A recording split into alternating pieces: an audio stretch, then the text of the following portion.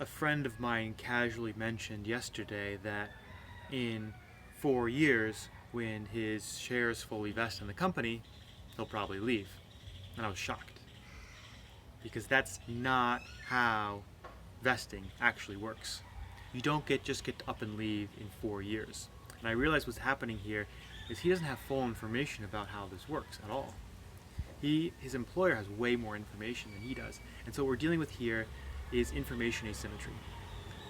So the mental model we'll look at today is called information asymmetry. It happens when one party has more information than the other.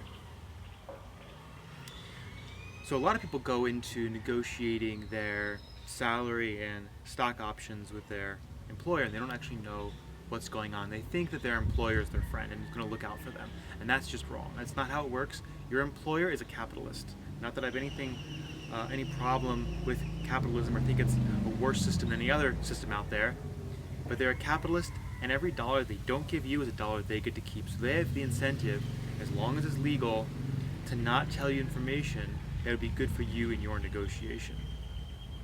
So,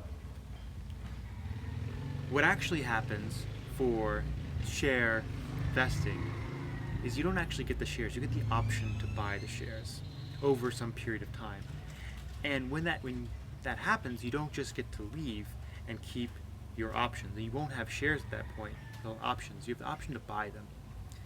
And if you want to leave at that point, you need to buy those shares.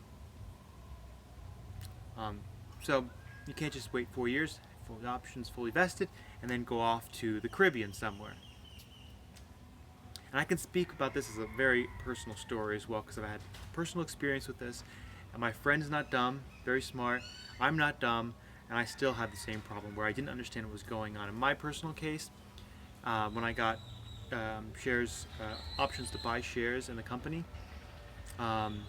they phrased it as you have X thousand shares, which is not the case. They were options. And when I continually pressed to find out how many total shares were in the company, they wouldn't tell me.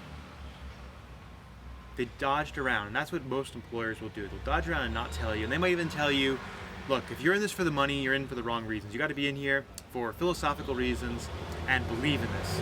No, you should believe in it, but you also need to know what percent of the company you own. And if you don't know the denominator, if you don't know how many total shares are in the company, you don't know what percent you own.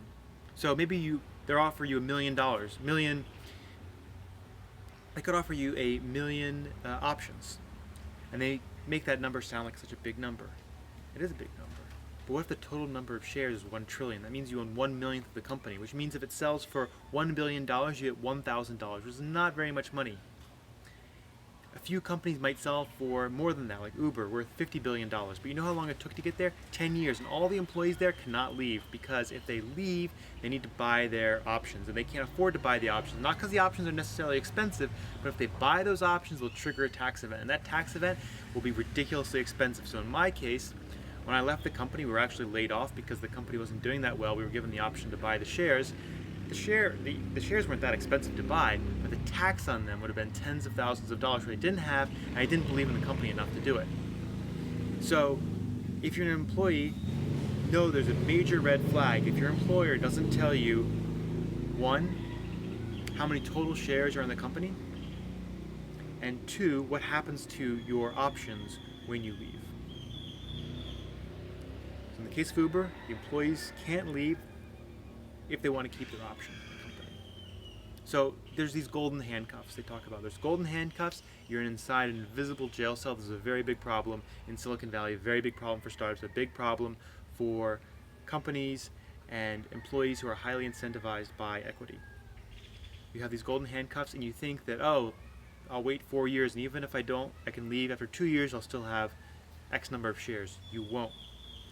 The only way to combat this information asymmetry is to get the information you need. So if you look into the description here, I'll have a list of questions you should ask your employer, and they shouldn't dodge those questions. They should give you more or less straight answers to all of these questions. If they're not, that's a red flag. But this is not a company that you really want to work for. To be honest, most people are pretty dodgy. Most companies are pretty dodgy, therefore.